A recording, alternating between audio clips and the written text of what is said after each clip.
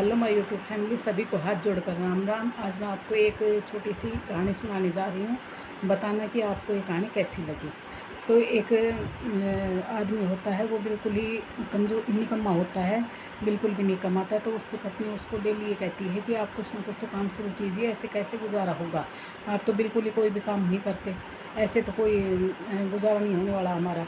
तो ऐसे ही चलता रहता है, वो कुछ भी नहीं करता, हमेशा खाली घर में बैठा रहता है और पत्नी बोलती रहती है। फिर एक दिन उनकी लड़ाई इतनी ज़्यादा बढ़ गई कि पत्नी बोली, मैं एक काम करती हूँ, आपको छोड़कर और अपने घर चली जाती हूँ और आपसे तलाक ले लेती हूँ।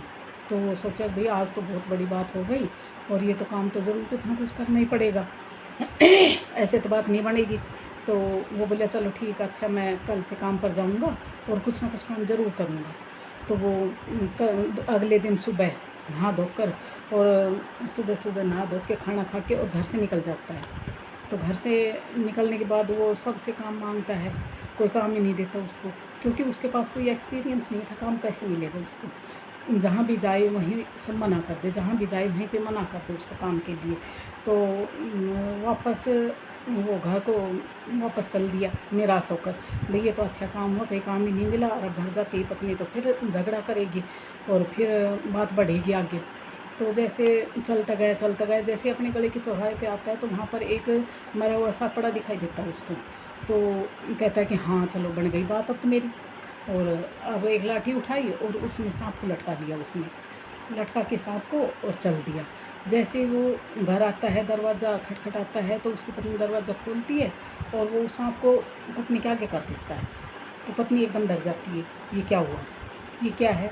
तो वो बोलती है कि ये क्या कर रहे हो आप। तो बोली याद ही मेरे मेहनत का फल। तो बोली अच्छा ठीक है चलो अंदर। अंदर हो गया और भाई अंदर जाके बोली हाथ मुँह धो लो और खाना खाओ। तो खाना खा के हाथ मुँह धो के सो गई। और वो पत्नी बाहर आई, बाहर आके वो सांप उठाया और अपने घर की छत पे फेंक दिया उसने सांप को। फेंक के आ गई और बोली हे भगवान, मेरे पति ने जो मेहनत की है, पहले दिन मेहनत की है, उसका परिणाम ज़रूर देना, उसका फल ज़रूर देना। तो जैसे ही वो सांप को फेंक के आ गई, अब वो भी आके सो गई।